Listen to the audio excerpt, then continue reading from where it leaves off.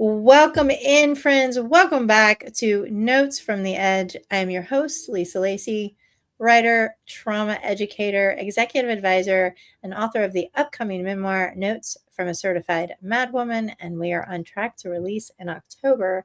And today we've got Lolita here joining us, and we're going to be talking about one of my favorite topics, which is high achievement that becomes survival. Because as you guys well know, I lived that for most of my life until most recently. So today we're going to be talking about stress, self-trust, and why success should not cost you your nervous system. Our guest believes that what many of us call stress management is actually survival mode wearing a professional suit. I love that. After experiencing her own health crisis, she shifted her life's work to helping people protect their nervous system, rebuild self trust, and create sustainable success instead of constant sacrifice, which many of us women have gone through. And I think that's part of our conditioning as females. Lolita is an internationally recognized stress management expert, speaker, coach, podcast host, and 6-time Amazon #1 best-selling author. She's the creator of the Calm Process and the founder of Story to Impact, where she helps professionals transform chronic stress that will eventually take its toll on you into resilience, clarity, confidence, and meaningful impact. She draws from lived experience after recovering from a health crisis caused by the chronic stress.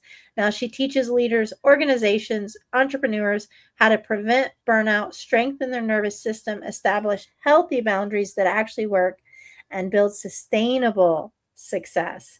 She's appeared on over 200 podcasts and spoken internationally. Her mission is simple: help people stop surviving and start living with intention, confidence, and a whole bunch of self trust. Lolita, welcome in. Thank you so much for joining us today. How are you? Thank you. Thank you so much. Such an honor to be on your show. I am doing fantastic. How about you? Oh, I'm doing good today. You are my seventh guest for the day. This was my busiest day yet, and I am having so much fun with this and getting to meet some remarkable people, including yourself. So let's dig in. We normally start with your origin story. So you went through a health crisis and made a big shift, a big pivot, a big transformation, a big transition. Talk to us about how you ended up helping people the way you help them today. I realized that, it doesn't matter where you live, where you come from. And those who listening in, they may already catch my accent. I'm originally from Lithuania. And for 26 years, I live in Houston, Texas. And I came as an immigrant. But to tell you that, it doesn't matter where you live and who you are. If you come from the environment that you learn that stressing, it's a badge of honor, Mm. you will be coming into a place that looks like it's very normal.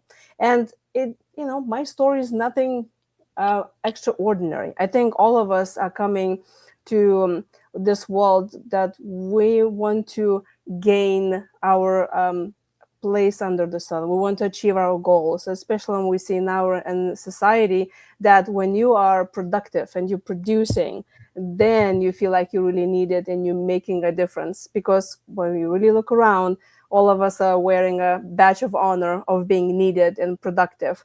And Mhm. I help others to realize that maybe we don't need to run towards that horizon that fast. I think I need you.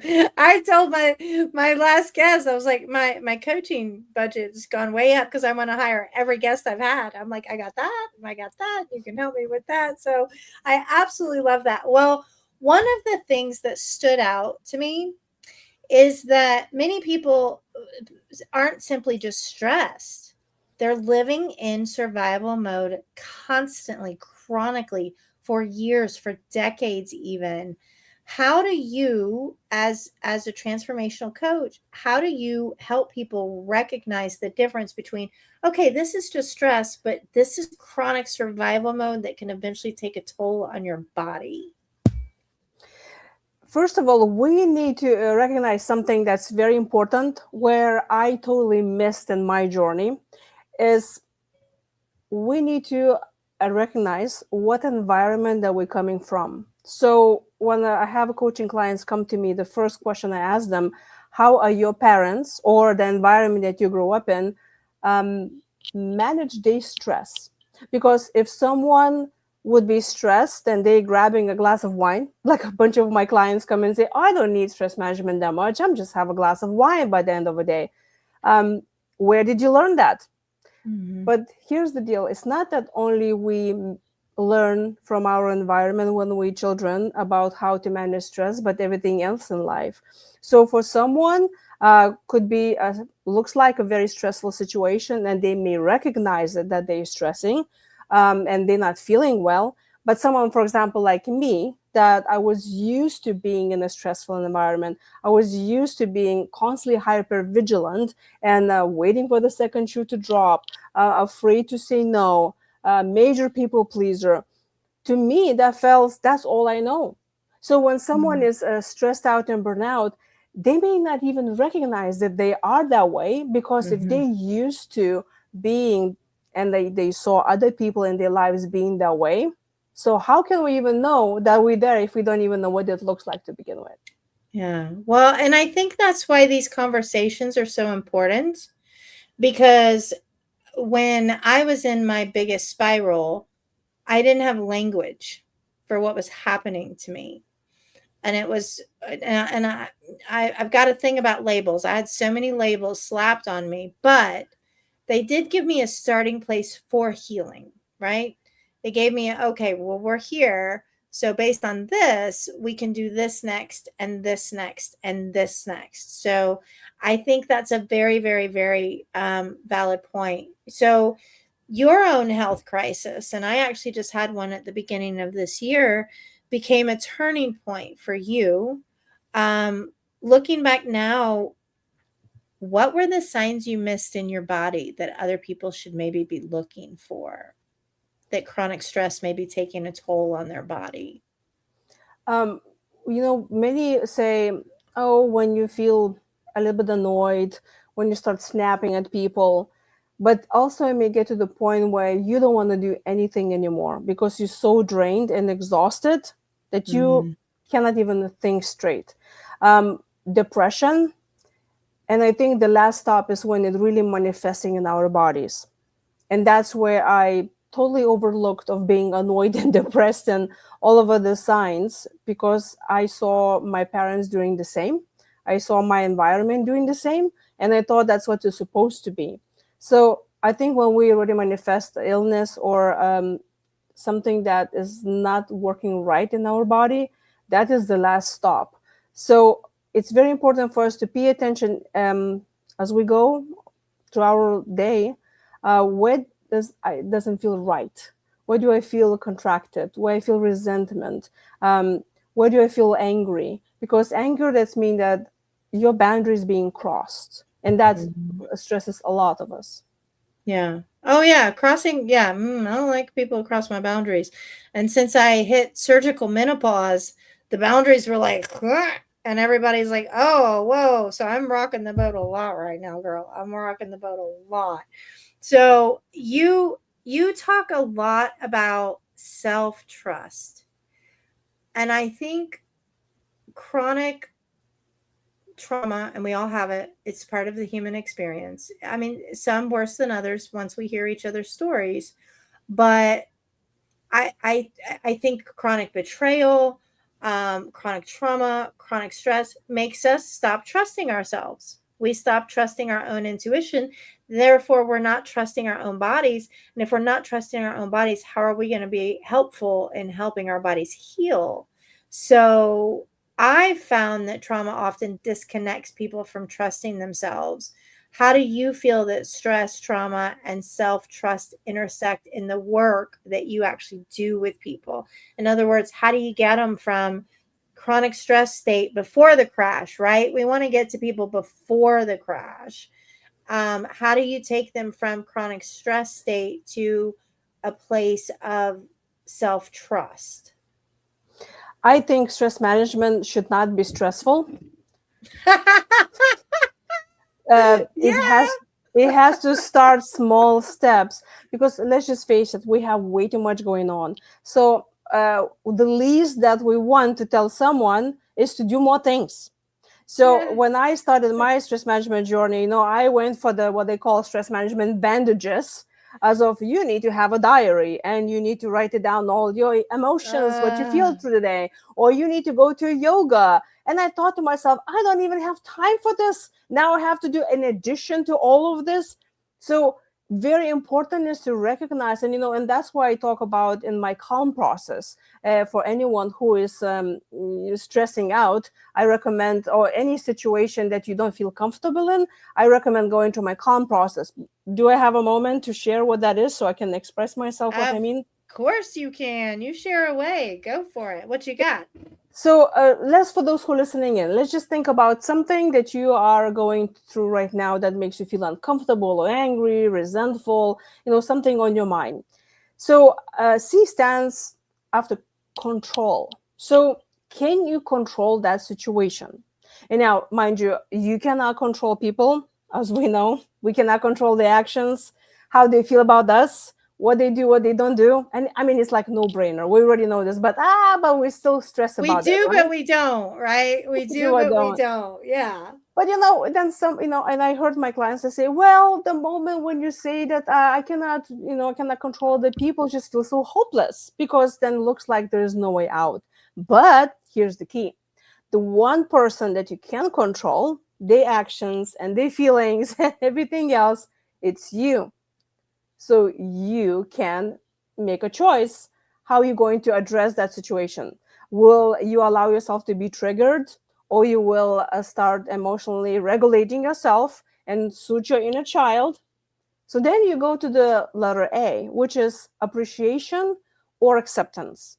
Mm, I believe it's a very good stop for kind of looking from a different point of view, because I yeah. think everything serves the purpose.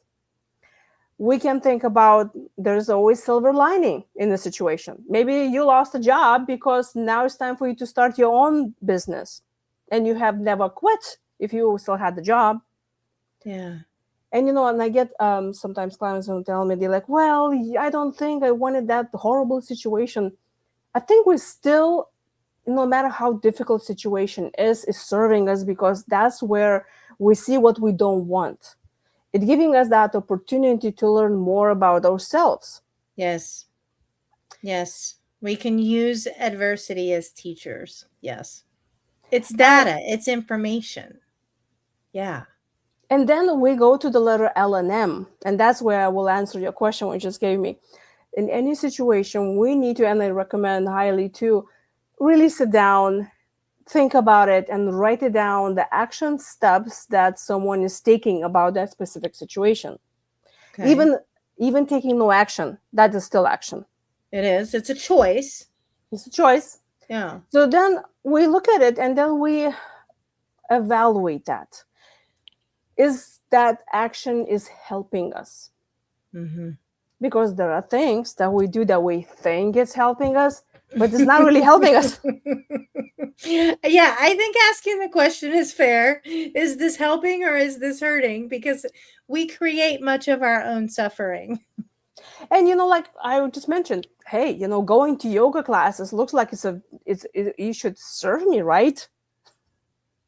I But don't like yoga. but it does not. I personally like Tai Chi better than yoga. I like martial arts. Like I like getting in there. So I did martial arts for 11 years, but yeah, yoga, it's too slow for me. It doesn't fit my nervous system. My nervous system needs a little bit more ramped up, not ramped down. So, and I don't like sitting still for that long. So, yeah. Yeah, I so I that's the thing. We need to identify what doesn't really work for us. And there are so many get caught into advice, what we heard by our authorities. And by that I mean our friends, our family members, teachers, gurus, everyone's getting into, oh, let's get more financially independent, or starting a new diet, or something that is looks like we're doing a lot, but we are resentful. And I say we cannot bulldoze ourselves into success. Yeah. Bulldoze. I like that. Hmm. I'm a bit of a bulldozer sometimes. I'm It, a bit of a bulldozer. I think it all depends, is it helping you? Because there are some things that we do that is not helping. So then Yeah. the L in my column process stands limiting. It's limiting those things that we do that not helping us. Because what? Is it insanity, right? When you continuously doing the same thing, but expect Over and different over. results. Yeah.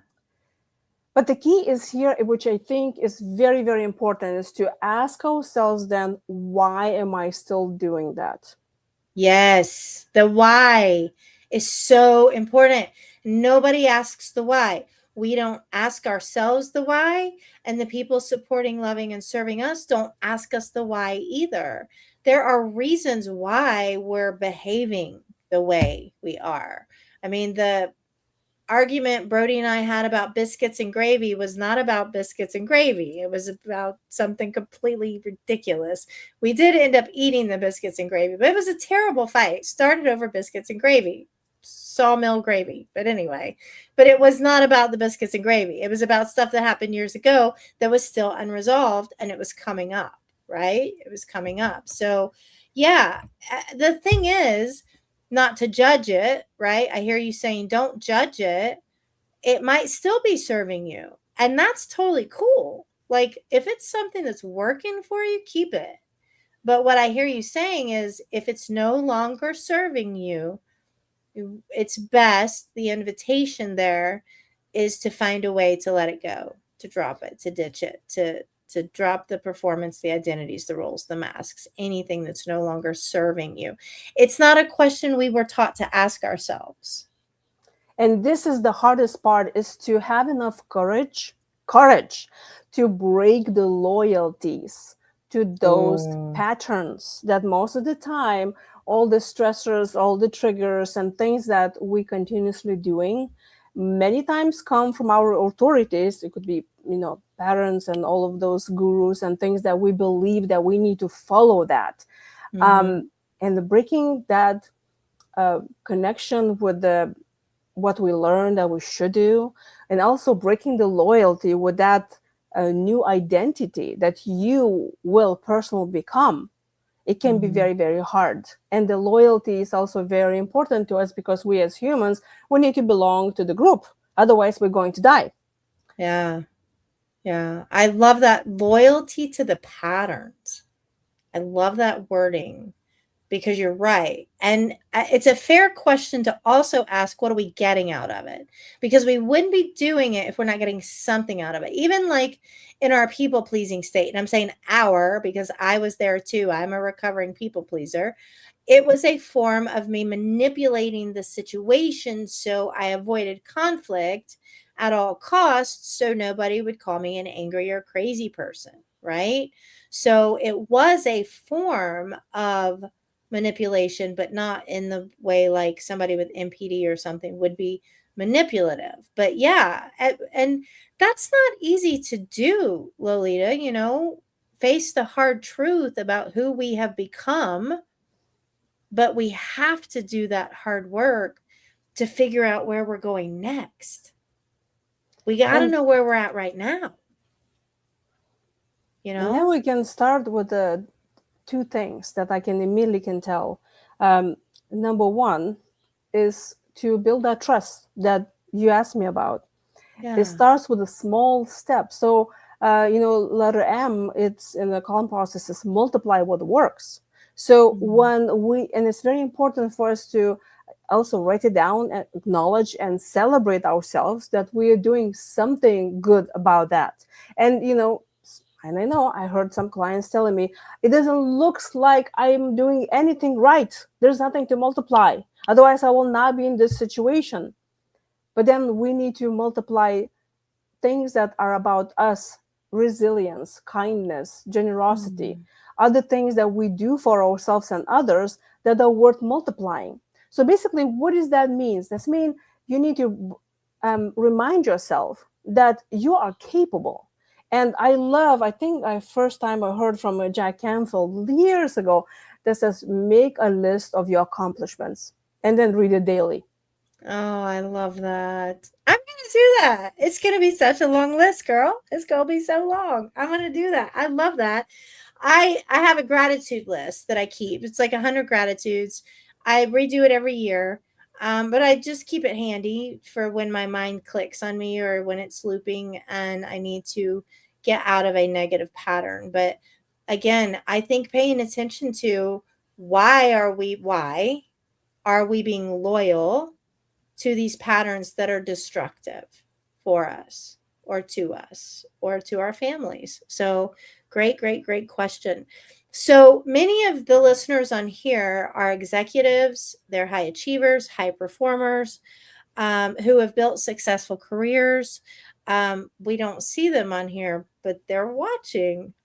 I know you're watching, guys, because I see my numbers. So I know you're there. Say something. I wish they would say something. But they built successful careers, but they've built it on exhaustion, right? Working. Yeah.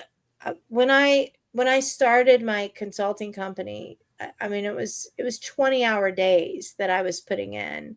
Um, and I ended up running a CrossFit box at the same time and crashed, had a full mental health psychosis crash.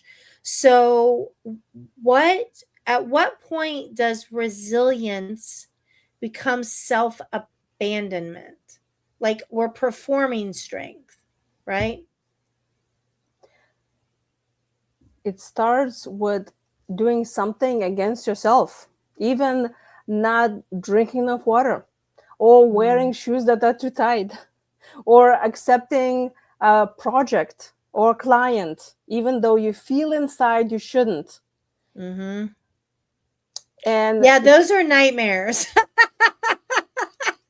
The ones you're like, we're not a good fit, and you say yes anyway, and then you're like, I knew we weren't a good fit. Yeah, you got to be a good fit for this work. It's intimate, it's intimate work, and you want people that are actually going to show up and do the work. So, how can we start? What are some baby steps somebody can take today to start rebuilding that self trust and move away from abandoning themselves? I believe the true work is being done by my client. So me as a coach, and there is a client. It always looks like from a side that the coach knows all the answers. And I have plenty of those who come to me and they say, tell me what I need to do. And I'm like, okay, you're the one who's going to do the work. And, and because I don't want you to bulldoze yourself and feel resentful and feel like you have to do something on top of what you're doing. I always ask one question that now I'm inviting anyone who's listening, ask themselves this one little question.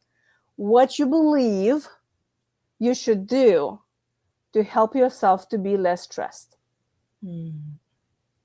Because it's You find the answer. Yeah. Yes, what you believe. Because if I'll say you need to run around the block for an hour, and you don't really feel like running around the block, you will be resenting. That's going to be even more stressful.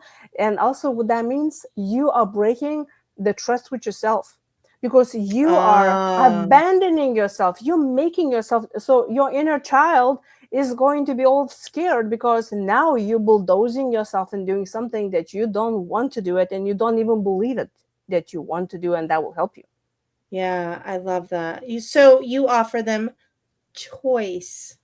I think choice is so underrated. I think as trauma survivors, especially sexual assault survivors, our choice was taken from us in many, many, many situations. So working with people and giving them choice. Like I have workbooks for people. Do them, don't do them. You're not turning them into me. Some people love them. They want homework, right? You know this from working with people. Some people are like, I don't want to do that. I do it up here. And I'm like, that's cool. You don't have to turn it into me. Now, some people want it turned in and they want a gold star on it, and that's cool too. But yeah, it's what works for you. We are not trained to do that. It helps you if you believe helps you. Yeah. Yeah. You have to believe it. And you have to believe that it's possible to change, your circumstances. Like you had mentioned, somebody being like, I can't get out of this. When you say you can't, you're just digging yourself farther in that hole, because the stories we tell ourselves are so powerful.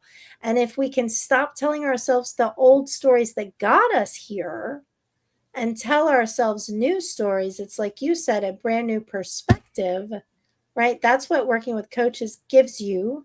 Is sometimes people are like, they're looking over here and they need to be looking over here, right? And that's our job, to be like, no, no, no, no, look over here just for a minute, look over here and see what you see.